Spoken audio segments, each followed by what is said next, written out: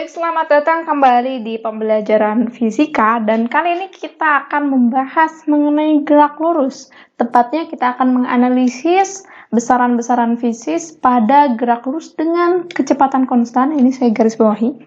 Lalu kita akan menganalisis juga pada gerak lurus dengan percepatan konstan. Jadi ada dua kasus, tapi sekali lagi saya akan coba ingatkan terlebih dahulu. Yang akan kita pelajari adalah terbatas pada gerak lurus. Artinya, kalau gerak lurus itu bendanya bergerak dengan lintasan yang lurus.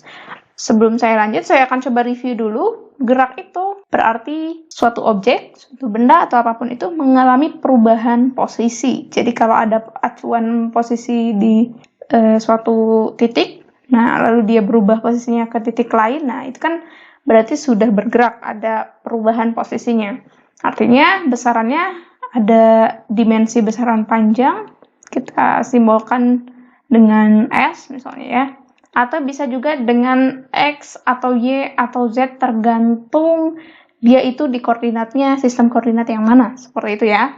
Nah, selain dari besaran panjang ini, pada pembelajaran mengenai gerak lurus ini, ada satu besaran pokok lain yang akan menjadi sangat penting, yaitu besaran waktu. Karena ketika benda bergerak, dia pasti menempuh sejumlah waktu. Tidak langsung dari satu titik pindah ke titik lain tanpa selang waktu. Nah, makanya kita akan bermain dengan kedua besaran ini dan melihat banyak besaran-besaran turunan yang diturunkan dari kedua besaran ini. Ya. Yang pertama, saya ingatkan adalah kecepatan, dan yang kedua adalah percepatan.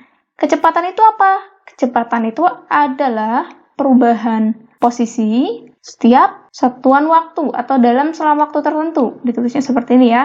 Ini adalah kecepatan. Sedangkan yang kedua, percepatan. Percepatan itu apa? Percepatan itu adalah perubahan kecepatan sama dalam selang waktu tertentu, setiap satuan waktu. Seperti ini ditulisnya, simbolnya adalah A. Kenapa simbol kecepatan adalah V dan percepatan adalah A? Ini diambil dari bahasa Inggris ya. V itu untuk velocity, dan A itu untuk acceleration ya. Nah, jadi seperti ini. Simbolnya A dan simbolnya V. Seperti itu. Oke, kita coba amati yang pertama mengenai GLB. GLB itu adalah gerak lurus beraturan. Saya coba tuliskan di sini ya. Ini adalah singkatan dari gerak lurus beraturan. Oke. Nah, beraturannya ini yang menyatakan ada sejumlah kecepatan yang konstan. Jadi kalau gerak lurusnya dengan kecepatan konstan, kita sebut itu gerak lurus beraturan. Oke, karena kecepatan konstan berarti V-nya tidak akan berubah. V-nya tidak ada perubahan terhadap waktu, sehingga percepatan 0. Oke, seperti itu ya, percepatannya 0. Nah, lalu apa yang bisa kita analisis dari gerak lurus beraturan ini? Nah, dari gerak lurus beraturan, karena kecepatannya konstan, tentu saja ya, kita bisa analisis kecepatannya. Karena hanya ada satu nilai nanti. Kecepatannya itu sama tadi, definisinya adalah perubahan posisi perpindahan tiap satuan waktu. Ingat ya, ini vektor. Jadi, jangan ketukar dengan jarak. Kalau jarak nanti bukan kecepatan, tapi kelajuan. Seperti itu. Karena sebelumnya sempat dibahas mengenai perbedaan antara perpindahan dan jarak ya. Kalau misalnya masih belum ingat, silakan direview kembali di bab sebelumnya. Ketika kita membahas mengenai vektor, kita ada bandingkan besaran vektor dan besaran skalar. Nah, ini bisa kita manipulasi ya. Misalnya ketika kita mencari S, berarti kan jadi seperti ini. Delta S sama dengan V dikalikan dengan delta T. Atau ketika kita mencari selang waktunya, delta T adalah delta S per delta V. Nah, ini hanya dimanipulasi sebelah sini saja ya. Dan ingat, kalau yang dimaksud delta itu adalah selisih, sehingga kalau misalnya delta S itu berarti kita bisa nyatakan S T dikurangi S0, atau S saja misalnya dikurangi S0, itu simbolnya bisa menyesuaikan.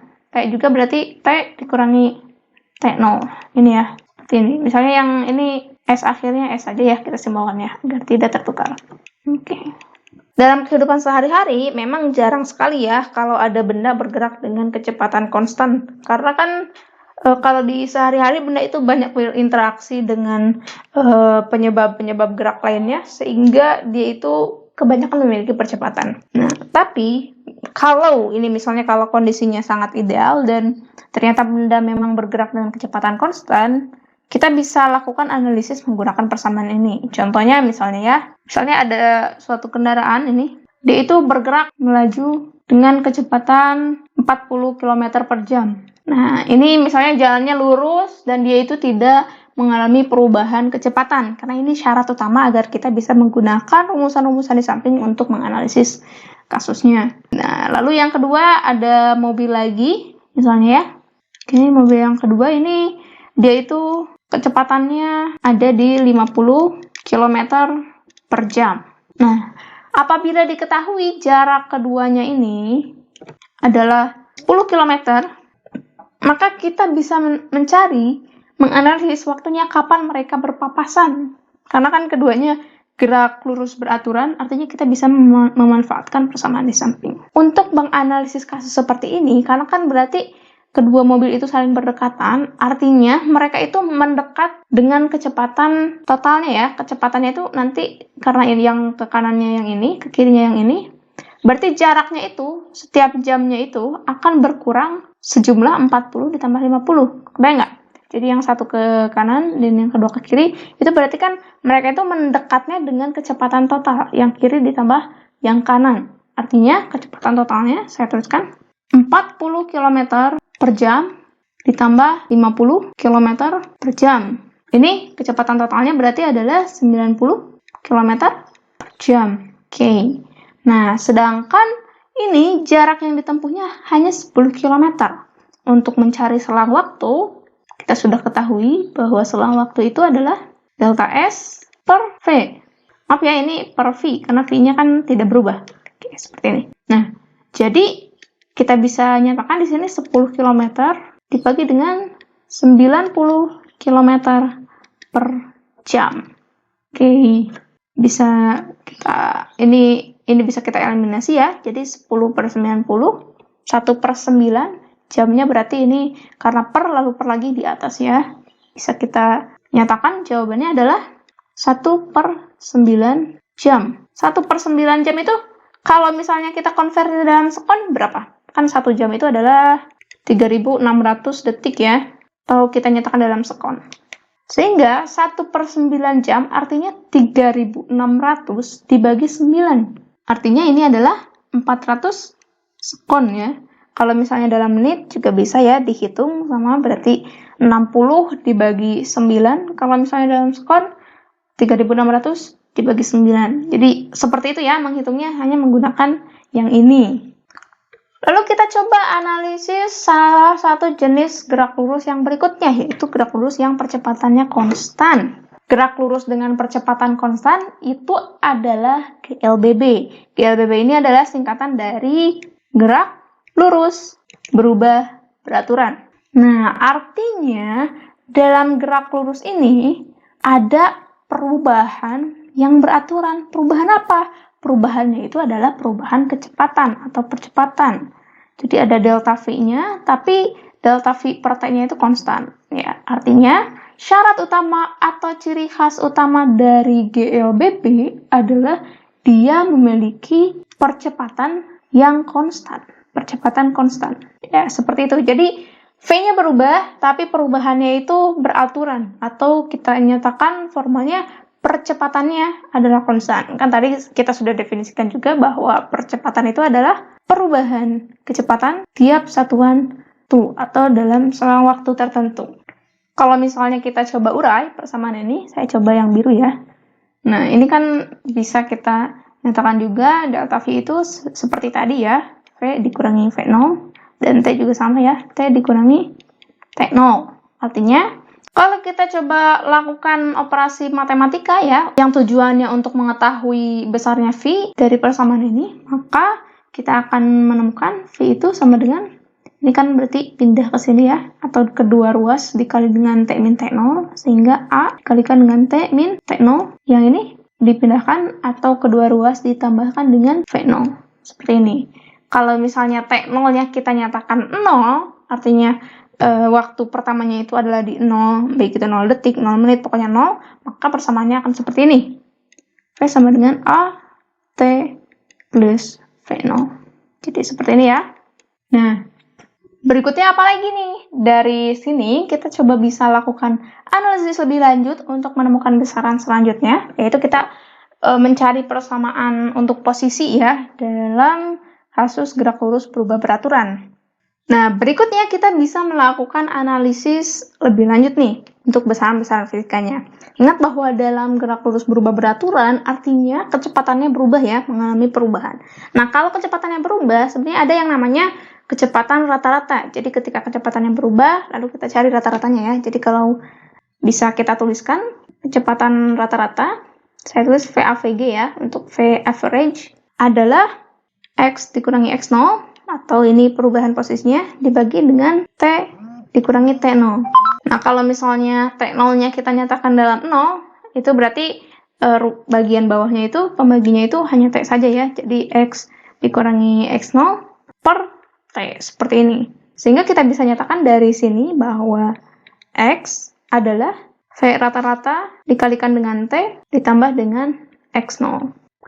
Nah, berikutnya kalau menyatakan kecepatan rata-rata dengan diketahui kecepatan awal dan kecepatan akhirnya, kan kita bisa nyatakan bahwa kecepatan rata-rata itu adalah setengah dari kecepatan awal ditambah dengan kecepatan akhir ya, tambah dengan V. Jadi kayak ditambahkan lalu dibagi 2. Ini kan sama-sama kecepatan rata-rata. Kalau tadi kan dilihat berdasarkan posisinya, perubahan posisinya, kalau ini dilihat berdasarkan kecepatan awal dan kecepatan akhir. Dengan memadukan kedua persamaan ini, kita bisa mendapatkan satu persamaan lagi yang penting untuk menyatakan posisi dalam gerak lurus berubah beraturan ya. Caranya seperti ini. Kita ganti V yang di sini, V yang di sini, dengan yang sudah kita temukan, yaitu V sama dengan AT plus V0. Jadi nanti persamaannya adalah 1/2 kali V0 ditambah AT plus V0. Nah, jadi kan ini V0 ini ada 2 ya, jadi akan menjadi 2 V0, tapi kemudian dibagi 2 lagi, sehingga kecepatan rata-ratanya itu adalah V0 plus setengah AT ya. Nah, ini kecepatan rata-ratanya sudah menjadi V0 plus setengah AT. Karena kita sudah ketemu kalau kecepatan rata-ratanya adalah ini, V0 plus setengah AT, nah, kita coba masukkan yang ini ke dalam persamaan posisi, yang X ini. Kalau sebelumnya di GLB kita sebutkannya S ya. Kalau misalnya ini kita sebut X, atau kita coba ya tulisnya dalam bentuk S, agar sama.